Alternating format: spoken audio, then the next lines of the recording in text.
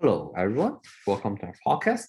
This is Sean, and I'm here to present to you one aspect of the collapse of Soviet Union, which to me I think tends to be neglected by um, a lot of historians and political scientists because it's not that fancy. It's not fancy in the sense that it doesn't really fit into the traditional model of Cold War thinking.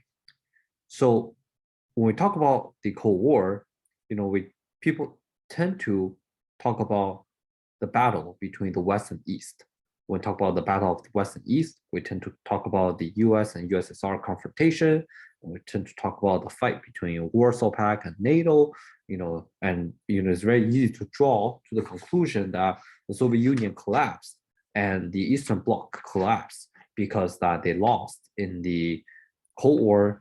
And some people even argue that the capitalist society is more superior than the communist society because the capitalist society defeated the communist bloc during the Cold War.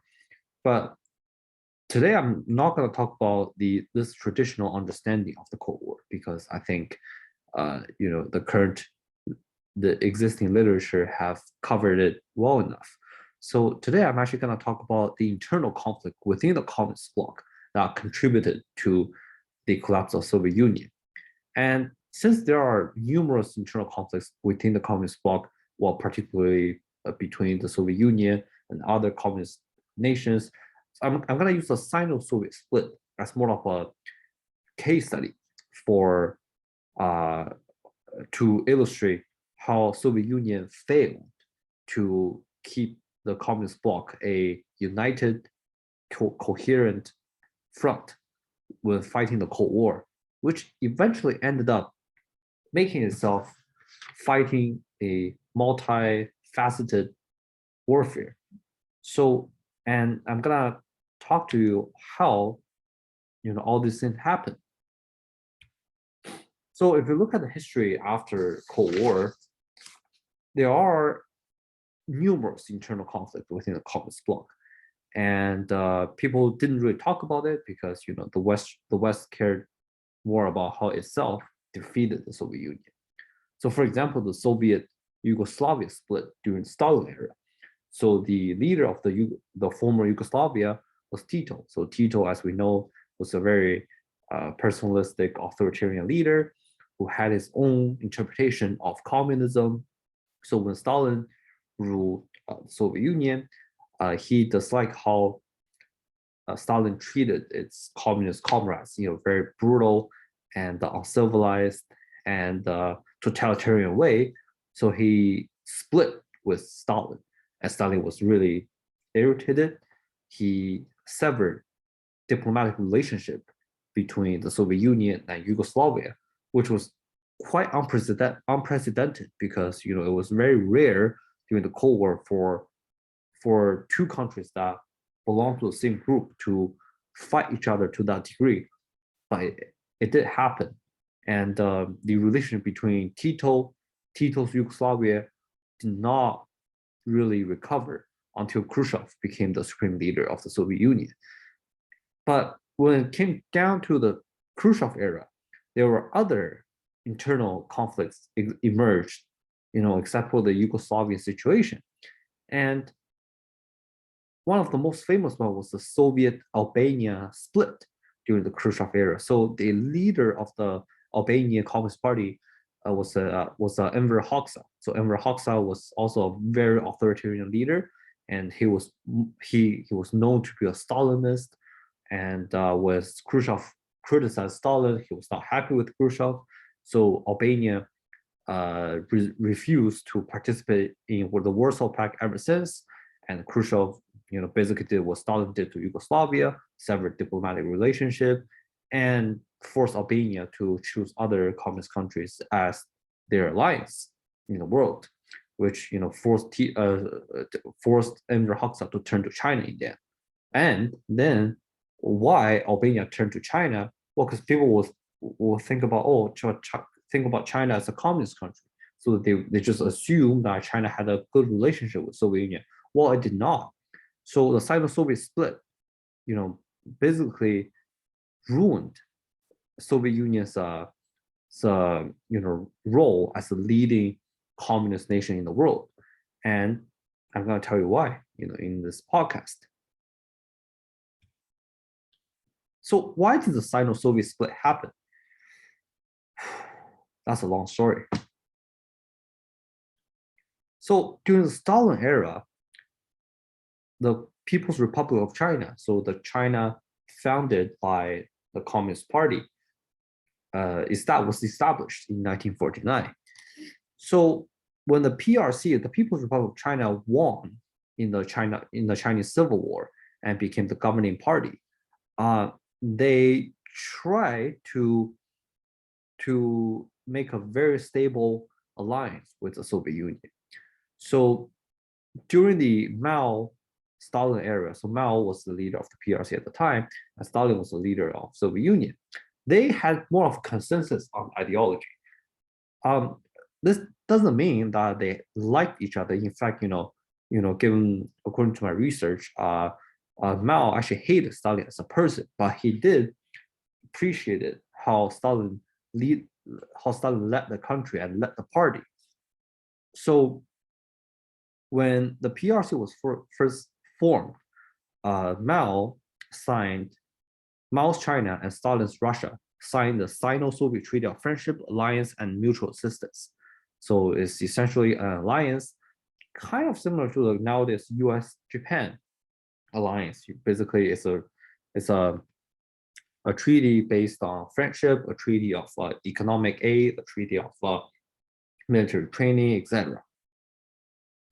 And in terms of diplomacy, China chose to side with the Soviet Union in all areas of diplomatic policies, and eventually basically made China an enemy of the United States. So, for example, they fought a common warfare such as the Korean War. So China was a major contributor to the Korean War, but the Soviet Union did not want to have a direct conflict with the United States, but they secretly offered a lot of aid. The Sino-Soviet relationship during the Stalin era was so good that when Stalin passed away in 1953, China mourned him as a Chinese hero and the leader of the international communist movement. Well, if you've been to Beijing, if you visited Tiananmen, you realize that, like the place where Mao's picture was hanged in 1953, used to hang the picture of Stalin, when he died. And there were people standing in front of his picture, wearing all black, keeping their head down to show their grievance toward Stalin's death. So people start to wonder why. So why did this all happen?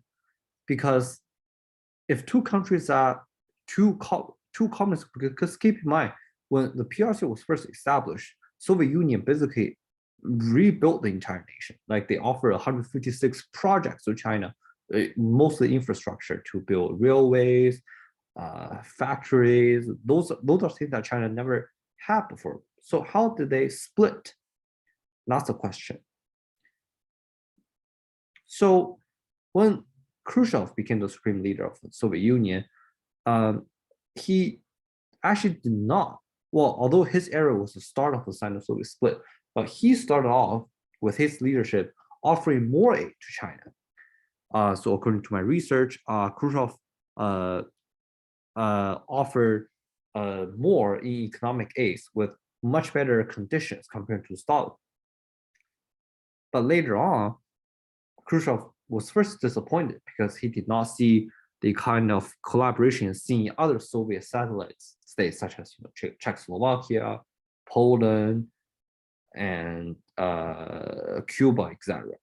So because Mao was a person with a strong character, like he did not like a foreign power interfering with his decision-making process. So when Khrushchev criticized Stalin at the 20th National Congress of the Soviet Union, keep in mind, Stalin and Mao, they didn't like each other personally, but Mao liked how Stalin led the country. So Mao was not happy with it. Mao thought that, if you criticize Stalin, you're criticizing a similar a similar way of leadership, which is what I'm doing. So he, has some issues with Khrushchev ever since. So the two countries, they really hit a roadblock in their relationship when the Soviet Union brought up an idea saying that, hey, listen, China, you don't have a navy, but it's fine. We're gonna help you to build one, but can we do what NATO countries do? So we just build a joint navy that basically have Soviet soldiers and Chinese soldiers, working together, protecting the common land, protecting our common our common interest. And if you agree to this, we can offer unconditional help to build the Chinese navy. Khrushchev thought that Mao had no reason to decline his warm, cordial invitation, but Mao said no. The reason why Mao said no, as I said, Mao was kind of like Stalin. He did not like a foreign power to interfere with his own leadership, and his, Khrushchev's olive branch was seen by Mao as a way to violate China's territorial sovereignty, because he was like, wow, we just kicked out, the Western colonizers, but now the Russians gonna come over to Chinese land and do this over again. I'm not going to let that happen.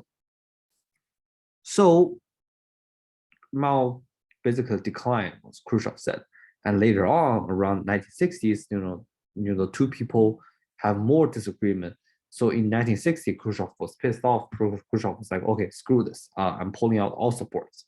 So he pulled out all supports to China, and partly because China was going through a very radical economic change called the Great Leap Forward, and Khrushchev was more of a rational person. He thought that, well, this is wrong. You're not supposed to do that. But Mao was like, well, you're now messing with my economic policies. Then that's the official. So 1960 was seen as the official start of the Sino-Soviet split. But as I said, Mao is a person with a strong personality. So when the Soviet Union chose to pull out all support, Mao said, well, I'm gonna fight back. So in 1960, Mao published 9 consecutive commentaries on China's official newspaper, the People's Daily. It's called 9 Commentaries of the Soviet Communist Party. So there were essentially 9 editorials that systematically berated Khrushchev, basically called Khrushchev a revisionist. The Moscow regime was full of opportunities. These people are not true communists, but they're just making concession to the West, and the way that they treated their fellow communist countries are a new form of chauvinism, a new form of imperialism, basically delegitimized everything that Soviet Union was doing. So Khrushchev, he wasn't that strong of a person like Stalin, but he wasn't someone easy to get along with. So after being systematically humiliated by Beijing, Soviet Union was become really irritated, and they were prepared to fight back. But unfortunately, several years later, Khrushchev lost his office in Moscow and to Brezhnev. So when Brezhnev was in office, they essentially thought that, well, now there's a new Soviet leader in place, there should be the relationship should get better. But it did not happen. It did not happen because Brezhnev was was a military person, so he believed in power. So he believed that with the Soviet power, we can keep a united front, and we are gonna discipline those that do not listen to us. So Brezhnev basically further pissed off Mao. So the battle of Jimbo Island, so in Russian it's called the Domensky Island, was an island on the border between China and Russia's far east. So there was a border battle exploded in 1969. Basically, there was this island that used to be disputed between two countries because the island lies at the very front, at the very center of the river. So the two countries had disputes over who should own this island. So it used to be patrolled by the Soviet forces. But in 1969, in March 15th, 1969, China sent over troops onto the island and basically ambushed the Soviet troops on the island, and which resulted in big casualties on the Soviet side.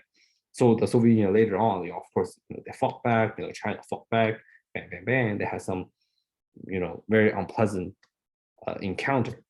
So after the border conflict, Brezhnev, as we said before, he was a military guy, very tough person, also a very arbitrary and authoritarian leader. He thought that, wow, the Soviet Union, we rebuilt China, and now you're stabbing me in the back, and basically spitting in my face. So what I'm gonna do? I'm gonna destroy you. So Brezhnev and certain leaders in Moscow, they orchestrated a plan to launch nuclear attack on Chinese cities. So according to my research, they had an evaluation. Well, except for Guangzhou, which is one of the major Chinese city that in the very south that the Soviet missiles cannot reach. All other major cities, including Beijing and Shanghai, could all be destroyed by Soviet missiles. And besides that, the Brezhnev sent out more than 1 million troops to Russia's far east, and also Mongolia, which was a Russian satellite state, to basically, like, it wasn't a threat. According to the research, Moscow really had a plan to ruin China, before it became too big. But Mao, who is an even tougher and more stubborn person, did not try to make concession. So Mao essentially said, well, if we're gonna attack China, we're just gonna hide everything we have to the southwest part of China, because that part of China was mostly mountains and hills. It's very easy for Soviet army to invade. And also China already had the nuclear technology at the time. So China basically showed the determination to fight an indefinite war with the Soviet Union. So that was the second time when a real threat of nuclear war, was being seen by the world after the Cuban Missile Crisis. But ironically, the Cuban Missile Crisis was between one communist country and one capitalist country, US and USSR, that's why people know about it. But this one was less known, but the level of danger was almost the same, or some historians argue are even worse. Well, after that, after the Damansky Island battle, China's relationship with the Soviet Union became so bad that China no longer saw the United States as their primary enemy. Because from 1949, when the PRC was established, the United States was seen as a major threat to the country because, well, they were a capitalist country, and they were big, and they held different ideologies.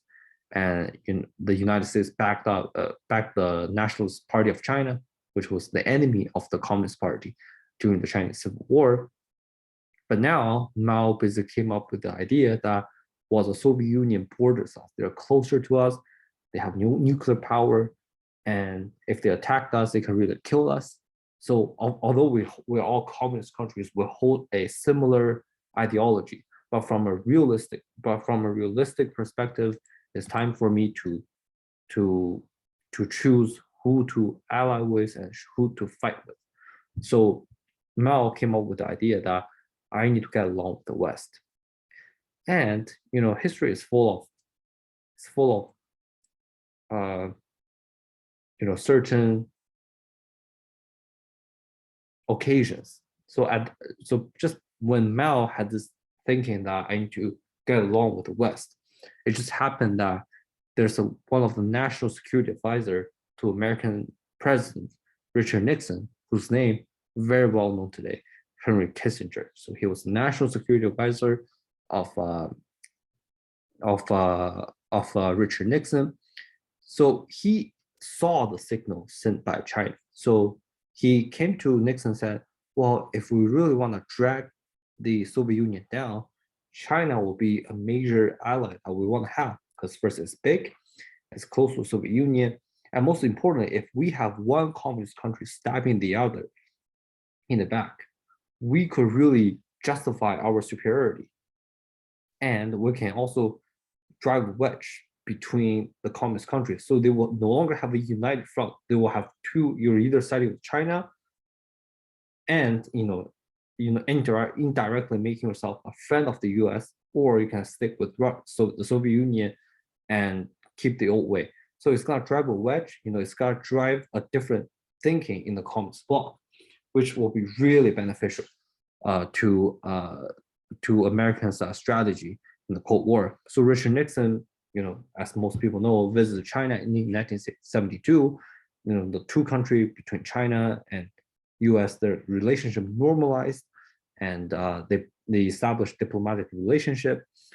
So in 1979, when Deng Xiaoping, the successor of Mao, became the leader of China, he basically inherited this thinking from Mao, but he went a step further, because he saw after the Cultural Revolution, he decided that China needed to have a market reform. So it was a famous open and reform policy. So in order to be friends with the West, he had no hesitation to keep on stabbing the Red Empire, its old master, or its old buddy in the back. So in 1979, China attacked the Soviet Union-backed Vietnam, and in 1979, remember, because Soviet Union sided with the Soviet Union and became an enemy of China. So although they're all communist countries, but China was like, well, now I'm gonna do something to make the West happy, so I beat your enemy. So they beat the Vietnam, China won, and the Soviet-backed Vietnam was absolutely destroyed.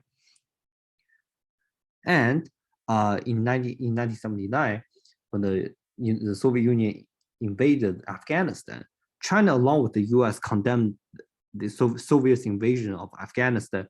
Also, secretly offered a lot of support to Mujahideen, which was the major enemy of the Soviet-backed Afghanistan regime. So, because keep in mind, China and Afghan, the two countries border each other. So by sending out aid to Mujahideen, it really prolonged the Soviet suffering in Afghanistan. Also, as we know, the invasion of Afghanistan was one of the primary reasons that the Soviet Union collapsed, because it increases expenditure by crazy, and it dragged down its influence, and it destroyed its economy. So China played an important role in this, and this was not very well known, but this was later proved by CIA agents, because apparently China and America were on this together. And also China, along with the West, boycotted the 1980 Moscow Olympics. So again, this again drove another wedge between communist countries, because if you side with China, you're not going to go. So basically, Albania did not go, and if you keep the old Soviet alliance, you will go. So most countries like Poland, Czechoslovakia, Mongolia, these countries went, and Vietnam and China, Albania, the two communist countries, they did not go. And after that, China basically started a so-called decade-long honeymoon with the United States. So the United States started investing in China,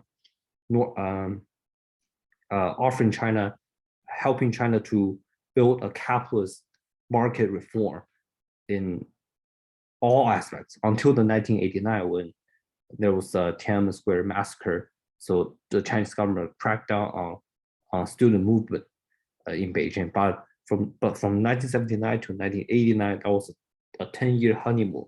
So the two countries really, the China and US really had a very very strong, very high level of collaboration. So when Gorbachev took over office, the Soviet Union was in a lot of trouble. So domestically, as I said, the economy was devastated, mostly because, well, I can't say mostly, but to a certain degree because of the invasion of Afghanistan. And also the Soviet Union couldn't afford to face too many enemies at the same time. And also, Gorbachev was kind of like Deng Xiaoping, so he tried to make reforms. So when Gorbachev visited China, he was like, "Well, we've been fighting. We two biggest communist country. We've been fighting for centuries, and now it's time for us to make things right." So they eventually normalized their relationship, and Gorbachev pulled the troops at the Sino-Soviet border back to the Soviet Union, and China, well, I mean, on the surface, it was like, okay, if you do that, we're going to normalize the relationship with you. But China embraced the West anyway. So Gorbachev was bothered with perestroika, with domestic reform, economic policies, and he really didn't have, the attention to turn to China anymore. But apparently, as we know, Gorbachev's policy was a failure, and in 1991, Soviet Union collapsed. 2 years after Gorbachev visited China, because he visited China in 1989. So the lessons that we can learn from the Sino-Soviet split was that the Soviet Union, compared to the US, was much worse in terms of keeping a united front against the common enemy. The US was never forced to target one of its major allies during the Cold War. For example, we never, there's nothing in history that needed the US to, say, attack Britain or to attack Japan or attack West Germany, because that was, what China was to the Soviet Union. And but Soviet Union had to do this to China because China basically turned its back on him.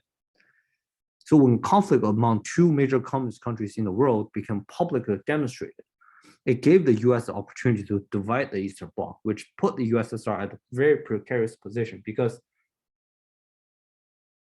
research have shown that one of the reasons that the US had a stronger role of leadership within the capitalist bloc, because the Western bloc was affluent, was economically advantageous, and the Eastern bloc, so the Warsaw Pact compared to NATO, they were relatively poor. So when it's poor, when the Soviet satellite states are poor, it's their natural tendency to look to something better, to look for a more prosperous life. And when they see that the Soviet Union could not give that to them, so for example, China thought that, oh, I need to do market reform, and Soviet Union could not do this to me, so I just turned to the United States instead. Yeah. So also during the Cold War, as I said, because the Soviet Union could not keep a united front against the NATO nations, they had to even divert resources to deter communist China instead of being supported by it. So you were already economically disadvantaged, and you have to divert a big portion of resources to deter one of your old comrades. So what kind of thinking or what kind of feeling would this action bring to Soviet Union? It's not hard to think about it. And also, as I said, Henry Kissinger, history is it's like a miracle. So Henry Kissinger, a realist person who just happened to be a national security advisor, who saw communist China as a good weapon to beat the Soviet Union, happened to be in office. So his tactic was really successful and really brilliant, which eventually caused the Soviet Union to collapse. And I think after thinking about it, I think like I want to bring the discussion back to Gorbachev. So if I were Gorbachev and I saw, China as a communist country, China survived after market reform and after embracing the West. What would Gorbachev think? If he saw, how China accomplished the goal that he did not, like preserving a communist regime, and but at the same time undergoes go through some economic reform. I think it's very hard to speculate. Also, I mean, if the Soviet Union could really bring prosperity and wealth to its allies, such as communist China, would they, would they last longer or even win the Cold War? These are all the big questions that I mean, I think certainly it plays a very important role, but because after the collapse of Soviet Union, we see all former satellite states joining the West, and they hate Russia more than anyone else. Well, I mean, China did not do it compared to, say, Poland and Czechoslovakia, Lithuania, Latvia, the Baltic states, Finland. But why did these countries hate the Eastern Bloc so much? So was this hate, this inherent dissatisfaction with Soviet Union within the internal Eastern Bloc, made the collapse destined? So the Soviet leaders did not see this, or they couldn't care less about it because they were the strongest country within the communist bloc. But you could see that this hate or this dissatisfaction have been there for long, and when they could no longer suppress it, it's gonna backlash in their face. So that's what happened to the Soviet Union. So if Gorbachev, could be in office earlier and initiate economic reform that benefit the internal communist bloc, would the collapse be avoided? I think, if I were Gorbachev, I would have the same feeling. So if Gorbachev could be in office in the 1970s, he probably wouldn't start a war with Afghanistan. He probably could have, could do reform earlier that, give its allies more hope in it. But yeah, from the side of Soviet split, we could see that the internal chaos of the communist bloc really played a significant role in the collapse of Soviet Union. And it's not like it's something outside of the traditional understanding of the Cold War, but it's certainly something worth to look at. And that marks the end of my podcast. I hope you like it, or you learn something, and have a good one.